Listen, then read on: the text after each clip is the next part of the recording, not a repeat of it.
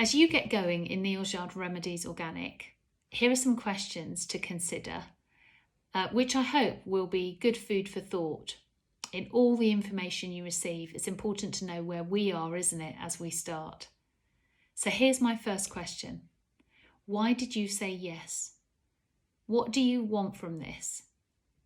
And there isn't a right or a wrong answer to that. Just jot down whatever it is that you've said. Because whatever you want from this is going to determine your sense of success or not, isn't it? What would success look like? There's my second question. What would success look like for you at this? Short term, like in the next few months? Medium term? Where would you like to be this time next year? And what about beyond? A little bit of blue sky thinking. What would success at this look like for you then? Now, when I asked that question fairly on when I was a consultant, over 11 years ago now, I couldn't picture how on earth I was going to get to definitely the long term, but perhaps a little bit the medium term. But that doesn't matter. I don't think it matters that you know the route. I think you just know that you want to get there. Let me give you an example of what I mean. If I join as a new consultant, and actually what I want out of this is my own product at discount. I'm happy if every now and again somebody approaches me and asks me if I'm placing an order and could I order this or that. That's a very different position than somebody who needs this to earn them income right now from the beginning, which was certainly me when I started. The level of motivation for you to get going and get started is going to depend on your motivation for doing so.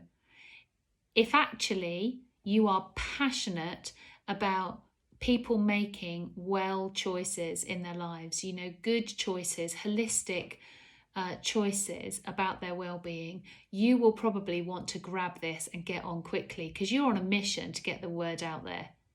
However, if you are somebody who, to be honest, isn't really sure why they want to do this, you're probably going to take some time to answer that question and to consider your own focus on this. Do you see what I'm saying? So second question then was, what is success going to look like for you short term in the next 3 months, in the next year, and in a year to come? Here's another question. What previous skills are you bringing to this new venture? What are you bringing that is going to be really useful as you set out as an NYRO consultant? Maybe you're really organised. Maybe you're a people person. Maybe you know a lot about the products already. Maybe you're passionate about something that is going to be really useful as you venture out as a consultant. Play to your strengths.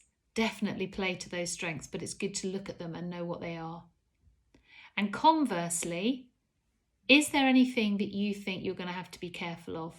Anything you're going to have to watch that could potentially create bumps in the road for you? Let me give you another example. When I started as a consultant, I was a real people person. I was a real people connector. But actually, I have a tendency to be a little bit of an over-deliverer and overgive. Now, I don't know if you can relate to that, but I've needed to watch that a little bit as I've gone along and built my business. And I've had to learn how to be better at my boundaries because there were times where I knew that tendency in me was hampering my business. Another example, very creative, loads of ideas, but wasn't very organised. And actually, in terms of my time management and my business mindset, I had a steep learning curve ahead of me that meant that I wanted to develop skills, that meant that those areas didn't kind of scupper my plans and my wishes and my goals for this business. So a few questions there to get you going. Hope that is food for thought. And I'd love to know your thoughts and, as you're chatting to the person who recruited you and to your upline leader, feel free to be in touch with me too and just kind of think about those questions that I've raised and how they're going to impact your business. And then you can make plans accordingly, can't you? If I've just got you in touch with the fact that you really do want to get going on this and you've got some dreams, you've got no idea how you're going to get to, but you want to start out, then now's the time to make a plan. And be careful of those things along the way that you might have to watch, but remember to play to your strengths.